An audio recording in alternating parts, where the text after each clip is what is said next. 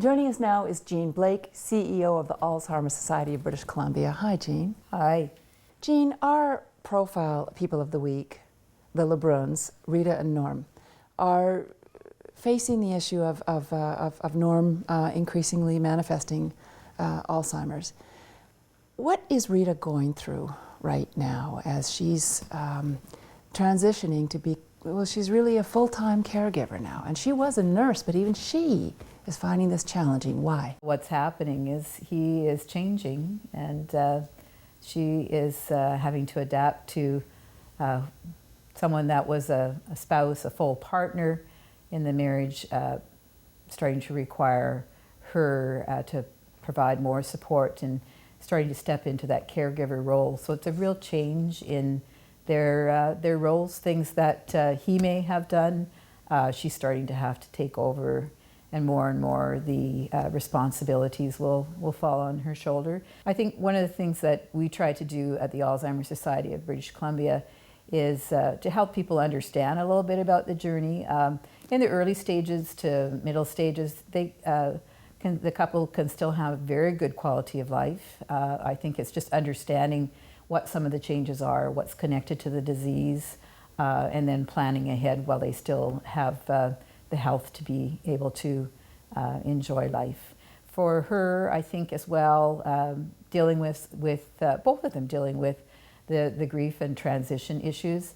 And for her, it's very important that she does do self-care, because it does take some stress management and taking care of yourself, staying healthy yourself, as more of the responsibilities fall on your shoulders. And I'm sure that's for many the last thing they think of, because they're so involved in providing support for the person on this journey. Mm-hmm.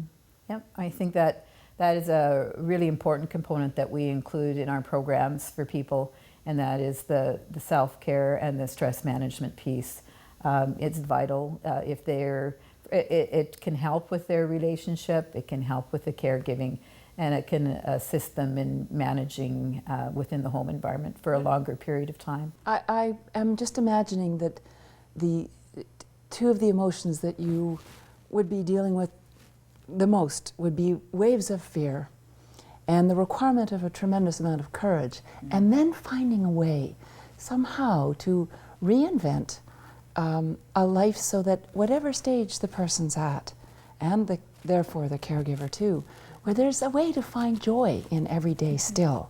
That's really important. Most often you see it with couples where they take part in some of the programs, and they realize that life goes on, and they can still have a pretty good quality of life for a fairly long period of time. This is a long-lasting disease. In many cases, the average is 8 to 12 years. So on average, people can have a pretty good quality of life, and they still can have fun, and that's important. Whether the disease progresses quickly or slowly, there is an inevitability about it. Yes. I would imagine that one of the issues with which you wrestle at the Alzheimer Society of BC is coming up against people who say, I don't want to know till the last minute. I want to max out living my life as it is, and why would I want to be diagnosed any sooner than is absolutely necessary? Well, there's a couple of issues. One is, yes, there is no known cure at this point. There are some medications that help early to middle stage of the disease in terms of helping to control some of the symptoms, some of the memory loss, some of the loss in behavioral function. And then secondly, it's planning. I think to have the person with the disease involved in the planning while they still have the cognitive capacity is of great comfort to the spouse and other family members later on when decisions do have to be made. As I understand it, the fact is, the longer we live, the more incidents of Alzheimer's are going to appear in the population. Yes. Given that, what are the signs to watch for? Mm-hmm. Well, first of all, age is the greatest risk factor for the disease. So the longer you live, the greater your chances. Right now, we know roughly once you are age 65, it's 1 in 11. And once you're age 85, it's 1 in 3. So we know that your chances of getting it do increase the longer that you live. Signs and symptoms, I think memory loss is always the one that most people are most familiar with, but it's not just forgetting the occasional person's name or name of an object. It's really forgetting who people are, forgetting how to do things, like loss of capacity to do things like appropriate clothing choices, or even sometimes inability to dress yourself. And often it's the family that is going to notice that rather than the individual themselves. They may not be aware that there's anything that's changing pretty dramatically. It might be the family who is picking up on these things. And it's the kind of thing that is unavoidable. If it's going to happen, it's going to happen. Well, there is no definitive research saying that there's anything that will prevent it. And there are many different types of dementia. Alzheimer's is the most frequent kind, but vascular dementia, there's a definite correlation between healthy lifestyle and prevention of vascular dementia.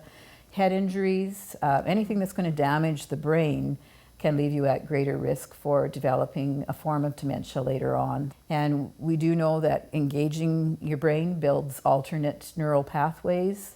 So we encourage people to engage in lifelong learning. So really, be as active as you can manage physically. Get out there and be a lifelong learner. And if you are diagnosed, come and visit you guys. Yes, we would ask people to contact us either through our website, 1-800 number, or drop into one of our 19 resource centers across the province. Jean Blake, thank you so much for the information. Thank you for the opportunity.